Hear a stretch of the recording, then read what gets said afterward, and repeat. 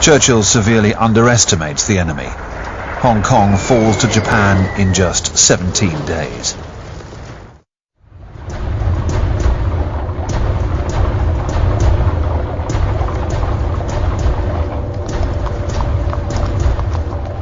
General Yamashita, known as the Tiger of Malaya, sends Japanese tanks through the Malayan jungle. He captures Singapore, the pearl of the British Empire, a stronghold that was considered impregnable.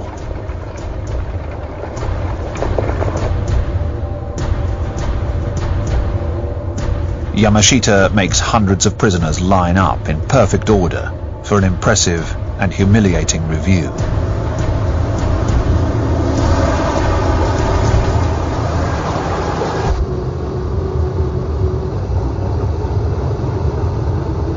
Yamashita indulges in a chivalrous salute for the Japanese propaganda crew.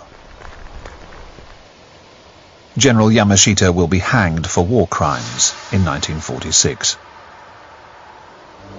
General MacArthur, commander of US forces in the Philippines, which are now surrounded by the Japanese, is ordered by Roosevelt to escape so as not to be taken prisoner. When he arrives in Australia, he declares, "I shall return." MacArthur's soldiers are taken prisoner, 30,000 Americans with their old 1917 doughboy helmets, and an equal number of Filipinos, who set off for their internment camp 100 kilometers away. This is the Bataan Death March. One of the survivors, Sidney Stewart, recalls, "We marched for 10 days and nights without eating. We were constantly beaten. Those who could no longer go on were killed by the guards, who beheaded them with a sword."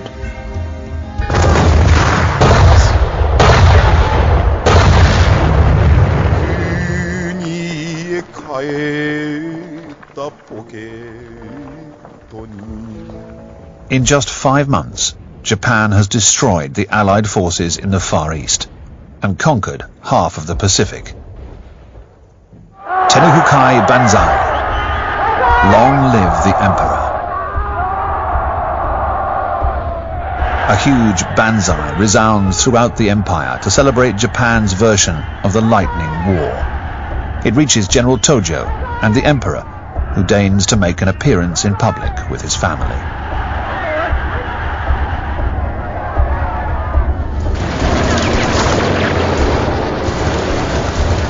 Germany first. Churchill and Roosevelt both agree on this strategy. Their primary objective is to defeat Germany.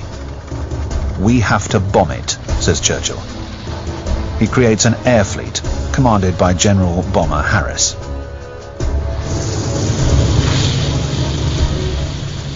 Harris believes he can win the war with his powerful 4-engined Halifaxes and Lancasters. This strategy is criticized as being costly in terms of men and equipment, but it does begin to take its toll on German cities. On the 8th of March 1942, Essen is bombed, a way for Churchill to help Stalin. The city produces weapons used by the German forces in Russia. The Germans begin to measure the consequences of Hitler's policies. The Nazi regime descends into murderous insanity.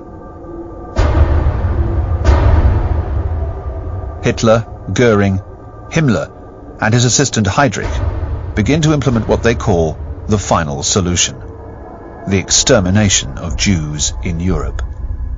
It is further endorsed at the Wannsee Conference near Berlin in January 1942.